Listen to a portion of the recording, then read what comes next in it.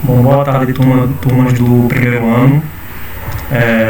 A aula de hoje, ela vai seguir um horário da semana, tá certo? E estamos organizando para vocês as próximas aulas em equipe, né? Como estávamos fazendo antes. Bom, então vamos para o nosso assunto. Né? O nosso assunto agora é membrana plasmática. Estamos estudando citologia, né? Paramos na última aula, sim. E vamos começar aqui vendo a membrana plasmática, tá?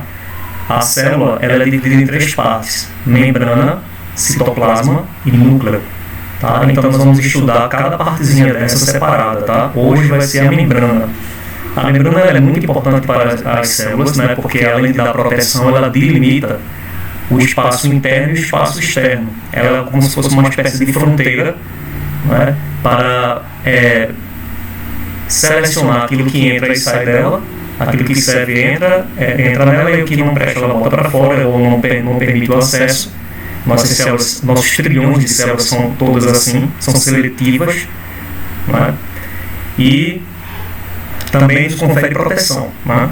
Vamos ver aqui, nós temos aqui, mostrando aqui para vocês, ó, um exemplo clássico de membrana plasmática. É assim que ela é visualizada ao microscópio eletrônico, tá? Ela forma esse desenho aqui em cima, sempre dessa forma. Nós chamamos isso de mosaico fluido, né? O mosaico fluido é um conceito de membrana, de desenho de membrana, formado por Singer e Nicholson, né? Esses dois cientistas aí idealizaram esse desenho do mosaico fluido da membrana celular. Bom, então a membrana ela tem algumas constituições, né? Bom, primeiro, você pode chamar de membrana celular, né? Você pode chamar também de membrana citoplasmática, também pode chamar de plasmalema, né? Então são vários nomes para uma mesma coisa. Estão presentes em todas as células, tá? Toda célula tem que ter membrana, caso contrário não é célula, tá? É visível apenas ao microscópio eletrônico. Nós podemos ver no microscópio óptico apenas a linha delimitadora, mas não dá para ver detalhes, né? Detalhes só o microscópio eletrônico, que é de alta potência, e aí você consegue enxergar os elementos que formam a membrana plasmática. Bom, os componentes, né? Quais são os componentes que formam, né, uma membrana plasmática, né? Os componentes são esses aqui: fosfolipídios, né, formando uma bicamada. Aqui a setinha vou mostrar para vocês. Fosfolipídio é essas cabecinhas rosas com essas perninhas pretas aqui, ó. Cabecinha com perninhas, com duas perninhas. Isso aqui nós chamamos de fosfolipídio, tá? E você pode ver que ela forma duas camadas. Tem uma camada para baixo, com as cabeças para baixo, e camadas com cabeça para cima e as perninhas sempre voltadas para dentro, tá? Formando duas camadas. Então a nossa membrana, as membranas das células, né, elas são bicamadas fosfolipídicas, né? Então, se é bicamada, bi quer dizer dois, porque são duas camadas, uma para cima e outra para baixo, para cima e para baixo, e elas são formadas de fosfolipídios, né? Então, é lipídio junto com moléculas de fósforo, né? O resultado disso é a bicamada fosfolipídica. Fora isso, entre as camadas fosfolipídicas, nós temos colesterol, né? Então, esse colesterol, ele movimenta-se aí entre essas moléculas de fosfolipídio, e como ela é lisinha, acaba dando uma maleabilidade à membrana, ela acaba ficando ondulada, ela dá, quando você observa no microscópio eletrônico, ela é como se ela fosse ondulada, tá? Então ela tem essa movimentação fluídica, tá? Associada aos fosfolipídios, nós temos as proteínas periféricas. Proteínas periféricas são proteínas que não atravessam a membrana. Tem proteína que atravessa a membrana, né? Vocês vão ver, são as proteínas integrais, e tem as proteínas que ficam só nas superfícies interna e externa da membrana plasmática. Aí nós chamamos isso de proteína periférica. Então nós temos proteínas periféricas que ficam só por cima, e temos proteínas transmembranares. Ela atravessa a membrana, são conhecidas como proteínas integrais, tá? Associadas a essas proteínas nós temos glicídios, nós temos lipídios, nós temos esse conjunto de estruturas compondo o que a gente chama de glicocálix. Então, quando você tem glicídios, né, que são açúcares associados com proteína, como é esse caso aqui nós temos uma proteína em laranja, e essas bolinhas aqui nós temos aqui os glicídios, tá? O açúcar, aí nós chamamos de glicoproteína. Quando esses glicídios estão associados a lipídios, nós chamamos de glicolipídios, tá? E o conjunto dessas estruturas na superfície formam o que os cientistas chamam de glicocálix. Então o conjunto é o glicocálix, ok? Aqui nós temos em detalhe o modelo do mosaico fluido de Nicholson e Singer, né? E aqui você observa bem claramente, primeiramente aqui, ó, observem o fosfolipídio, temos a cabeça e as perninhas, tá certo? A cabeça, ela é hidrofílica, tá? Então, hidro quer dizer água, fílica quer dizer afinidade. A cabeça tem afinidade com a água, ou seja, ela gosta de água, tá? E nós temos água dentro e fora de nossas células, tá? Tanto células animais como células vegetais, tá? Então, a cabeça, ela está sempre voltada para dentro ou para fora, para as extremidades, tá? Porque ela se associa com a água, e a água você encontra ela nas partes interna e externa da célula. As perninhas são hidrofóbicas. Hidro quer dizer água, fóbica quer dizer medo. Elas não se associam bem com a água, tá? É como se elas tivessem medo de água. É por isso que as perninhas, como você tem água dentro e fora da célula, as perninhas se voltam contra. Fica uma perninha voltada para a outra, porque nesse meio aqui a quantidade de água é praticamente inexistente, tá? Então elas são hidrofóbicas em função disso, tá? Por isso que as perninhas se voltam para dentro e as cabeças para fora, porque a cabeça é hidrofílica, gosta de água, e a cauda é hidrofóbica, não gosta, então ela vai no sentido contrário, formando a membrana nessa configuração aqui que vocês estão vendo, uma bicamada fosfolipídica formada graças a essas propriedades, tá? Bom, aqui em cima nós temos proteínas periféricas, tá? Então aqui eu tenho uma proteína periférica porque essa proteína aqui em azul, ela não atravessou a bicamada, ela ficou na superfície, ela não atravessou ela toda, então você chama de proteína periférica. Quando ela atravessa por inteiro, como essa proteína globular que vocês estão vendo aqui, aí nós chamamos ela de proteína integral. E ela tem a função de transportar, de permitir a entrada e a saída de substâncias, tá? Conforme a vontade da célula, né? A membrana ela é seletiva, tá? Então aqui você vê uma proteína dessa em corte que vem aqui na lateral, ó, ela é cortada para você ver o canal aqui por onde os elementos nutrientes vão entrar e vão sair, tá? Esse é um canal de passagem.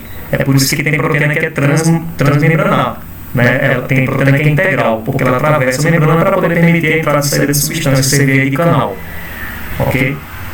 Aqui nós temos um exemplo de uma proteína associada a um açúcar, nós chamamos de glicoproteína, né?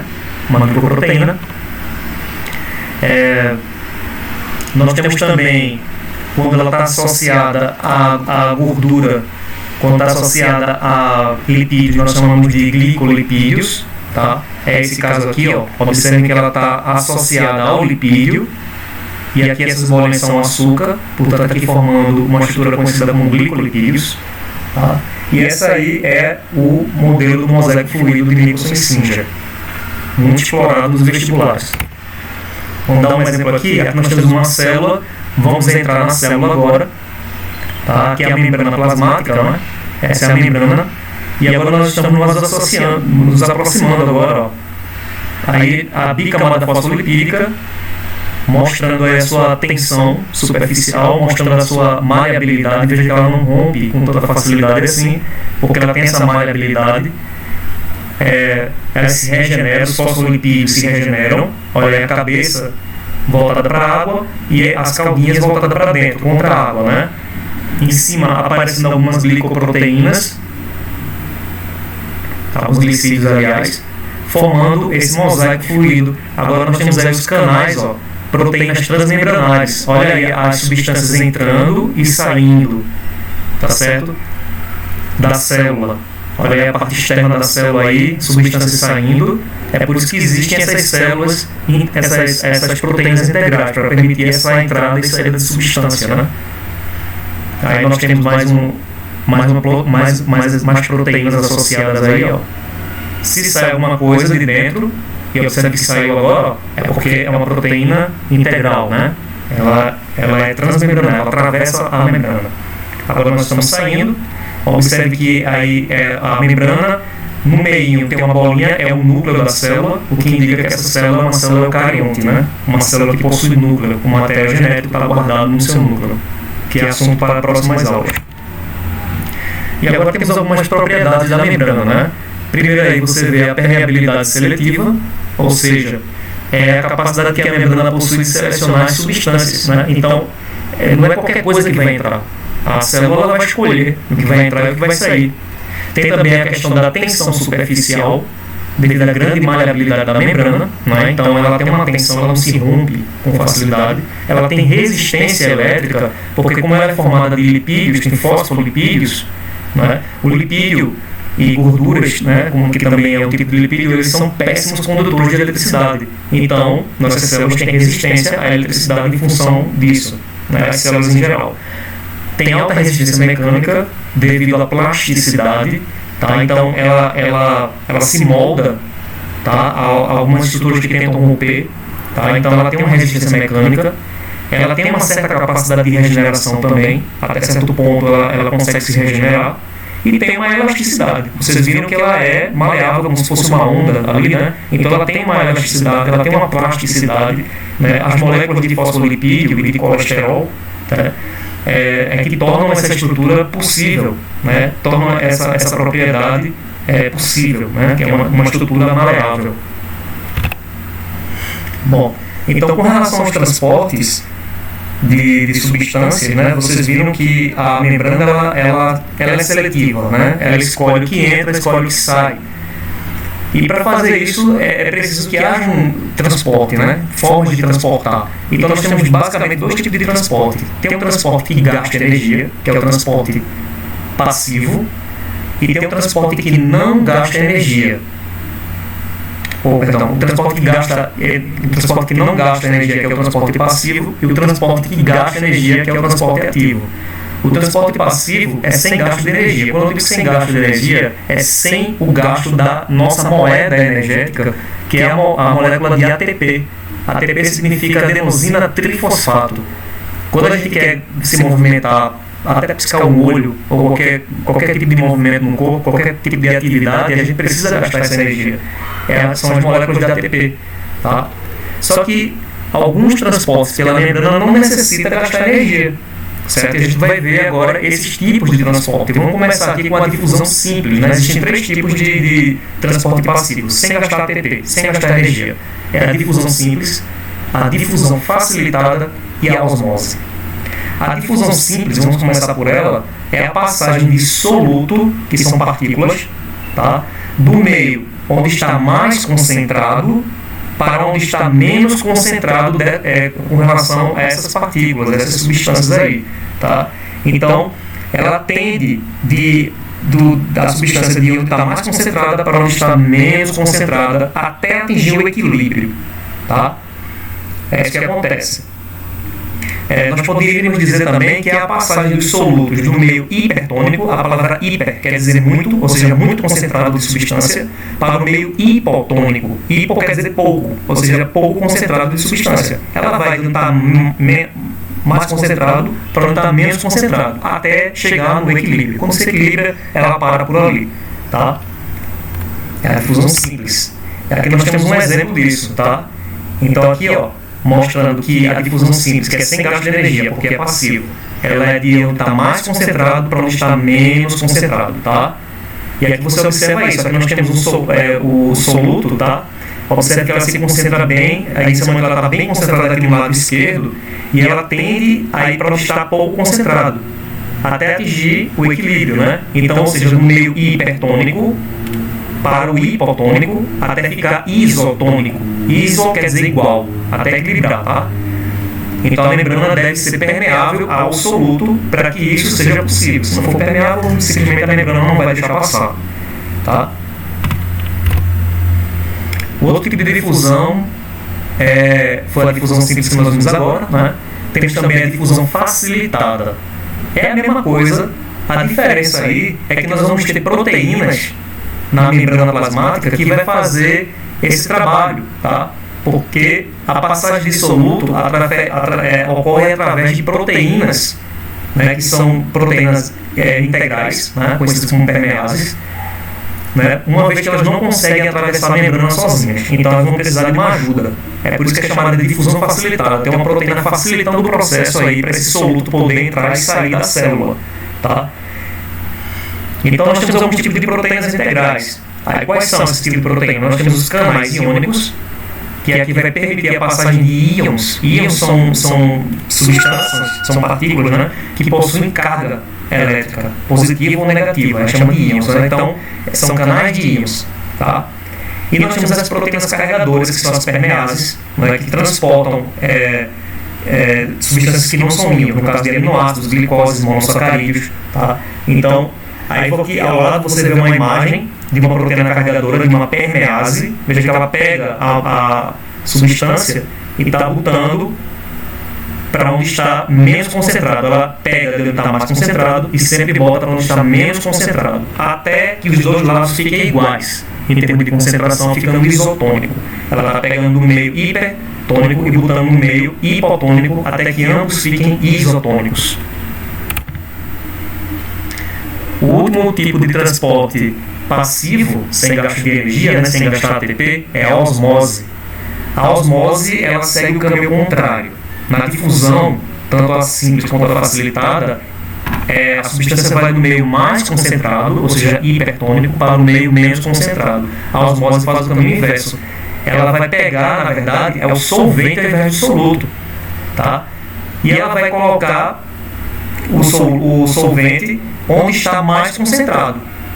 Certo? Então é de menos para mais. Então, qual é o conceito de osmose? Eu coloquei aqui para vocês. O conceito de osmose é a passagem de água, nesse caso aqui, pode ser um solvente qualquer, é a passagem do solvente através da membrana de uma região hipotônica, ou seja, pouco concentrada em solutos, no caso sal, por exemplo, pouco concentrada, para uma região hipertônica, ou seja, muito concentrada. Um exemplo que é sempre citado, né, que se faz no laboratório, é com células do sangue, por exemplo. Nossas células do sangue são células anucleadas, elas não têm núcleo, né, quando elas saem do tecido ali hematopoético.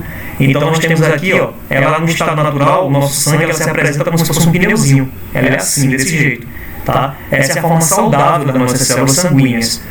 Agora, quando as nossas células sanguíneas, dentro da nossa célula sanguínea, tem mais concentração de soluto, tá? A concentração dele está alta, o que acontece? A água que está fora da célula entra nas nossas células, porque a água vai para onde está mais concentrada. A osmose é isso.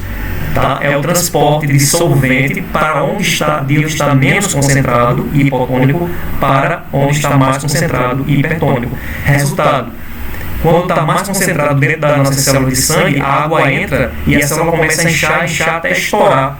Nós dizemos que quando ela está inchada desse jeito, nós chamamos ela de célula túrgida. A célula túrgida é quando ela está cheia, graças à osmose, tá? A concentração de soluto dentro da célula. Em uma solução hipertônica, ou seja, quando a concentração de soluto fora da célula é muito grande, é a solução hipertônica, tem mais, vamos supor, sal, por exemplo, fora da célula, o que vai acontecer com a água que está dentro da célula das nossas células? Porque a nossa célula tem água, né? Tem uma boa quantidade de água. O que vai acontecer? Como a concentração fora está maior, a água dentro da célula sai. Resultado, a nossa célula começa a murchar. E ela fica com esse aspecto aqui enrugado que vocês estão vendo. Nós chamamos isso de célula plasmolizada. Tá? Isso acontece quando o meio externo está mais concentrado do que o meio interno da célula. Tem mais concentração de sal, por exemplo, fora do que dentro. Resultado, a água vai quando está mais concentrada. Então ela vai sair dentro das nossas células e vai para fora. E a célula começa a murchar. Tá? Então esses aí são os transportes. A osmose, né, também é um transporte passivo, não gasta energia. E agora vamos entrar no transporte ativo, né? Esse tipo de transporte, ele vai gastar energia, vai gastar nossas moléculas de ATP, tá certo? Um exemplo clássico é a bomba de sódio e potássio. A bomba de sódio e potássio, ela funciona com gasto de energia, vai ter proteínas ali na membrana da célula, tá certo? Que vai pegar os solutos do meio menos concentrado e vai jogar, empurrar para onde está mais concentrado. Para fazer isso, ela vai ter que gastar energia, vai ter que gastar ATP, tá certo? Então aqui nós temos a bomba de sódio de potássio. Os sódio de potássio são íons, né, que possuem carga positiva, ok? Então aqui você observa uma célulazinha aqui, ó. Aí você vai ver o sódio está em vermelho, tá? E o potássio está em azul. Aqui esse verdinho é o ATP, tá? É a molécula de energia. O que vai acontecer? Aqui nós temos a bomba. Aqui nós temos a bomba de sódio de potássio, essa proteína aqui, certo? E aqui você observa que ela está pegando o potássio, 2 potássios que a azul bota para dentro, ela vai pegar 2 potássios e bota para dentro, tá vendo? Observe aí. Do meio externo, pega 2 potássios e bota para dentro. Do meio interno, ela vai pegar 3 sódios e vai botar para fora, tá? Então isso aí vai gerar uma diferença de carga. A parte externa, como está saindo mais carga positiva do que está entrando, está saindo 3 cargas positivas, que é o sódio que é positivo, e está entrando 2 cargas positivas. Então está saindo, isso vai fazer com que tenha uma diferença aí de carga, né? Deixando o interior da célula, a parte interna da célula, tornando-se negativa em relação ao meio externo. Então dentro da célula, graças à bomba de sódio de potássio, ela é negativa devido a esse déficit de carga positiva no interior da célula.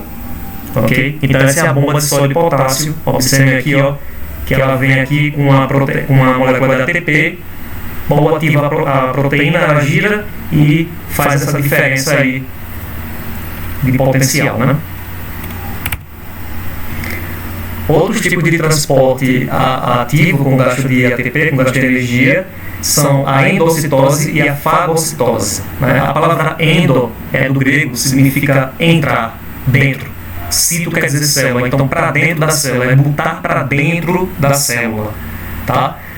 Então para botar para dentro da célula, a célula faz esse englobamento de partículas, né? Ou de micróbios, micro-organismos, através de 2 tipos de processo, que é a fagocitose e a pinocitose. A palavra fago quer dizer comer, cito célula. Então célula que come, pino, beber, célula que bebe. Então a nossa célula ela come e ela bebe. A grosso modo seria isso, tá? Fago é porque são partículas grandes, pino partículas bem pequenininhas, tá? Então a fagocitose, que é um tipo de endocitose, tá? É um transporte ativo, tá? Que nesse caso aqui o que vai acontecer é que a nossa membrana, as membranas nesse caso, das células em geral, elas vão sofrer uma deformação, vão sofrer uma projeção da membrana, ela vai se projetar e vai abraçar a partícula. É como se ela estivesse dando um abraço na partícula, formando estruturas conhecidas como pseudópodes. A palavra pseudo quer dizer falso, podes quer dizer pés, falsos pés. Né? Como se ela criasse umas mãos assim, tá? Para poder abraçar a comida e botar para dentro. Quando ela bota para dentro, vai formar um vacúolo, tá? Um vacúolo alimentar conhecido como fagossomos, tá? Então o corpo que come, né? Ali é como se fosse um estômagozinho que ela vai iniciar o processo ali de digestão dela. Aí vamos ver aqui um exemplo de fagocitose. Endocitose por fagocitose, né? Então aqui, ó, nós temos, é muito comum nas amebas esse processo, né, que é um tipo de protozoário. Aqui você tem uma partícula se aproximando, ó, e aqui a membrana vai emitir o pseudópode. Ela vai deformar, vai projetar, né, para fora, aqui, ó, formando os falsos pés, né, vai englobar essa membrana, ela vai fechar aqui e vai formar uma vesícula conhecida como fagossomos, tá? E a partícula aqui dentro vai ser digerida em partículas menores e vai ser absorvida pela célula. Isso aí ocorre com gasto de energia, portanto é um transporte ativo. Vamos ver um exemplo aqui, ó. Aqui nós temos uma ameba, essa célula grandona aí se movimentando é a ameba. Essa que está sendo englobada é um paramécio. Aí são 2 protozoários, né? Nós temos a ameba e aí o paramécio, que está sendo aí, ó, o pseudópode da ameba abraçou o paramécio, englobou o paramécio e está formando uma vesícula agora. O paramécio tenta sair e não consegue mais, tá? Ela vai ser digerida, tá? Ela vai ser consumida. Agora ela vai começar a liberar as substâncias, né? Você tem aí um fagossomos agora, tá? Uma vesícula formada por fagocitose, a gente chama de fagossomos. E aí nós temos o paramécio em apuros, né? Porque ela foi englobada por fagocitose através da emissão dos falsos pés, que é os pseudópodos. Bom, o outro tipo de endocitose é a pinocitose. Pino é bebê, tá? Então são partículas pequenininhas, partículas líquidas em geral, tá?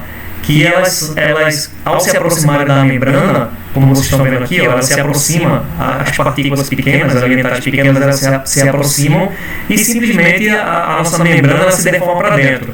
Tá? Ela forma o que a gente chama de invaginação, tá? Invaginar, tá? Ela vai botar para dentro e aí vai formar uma vesícula também, que também vai uma vesícula também que vai sofrer digestão, né? Uma vesícula digestiva também que a gente chama de pinossomos.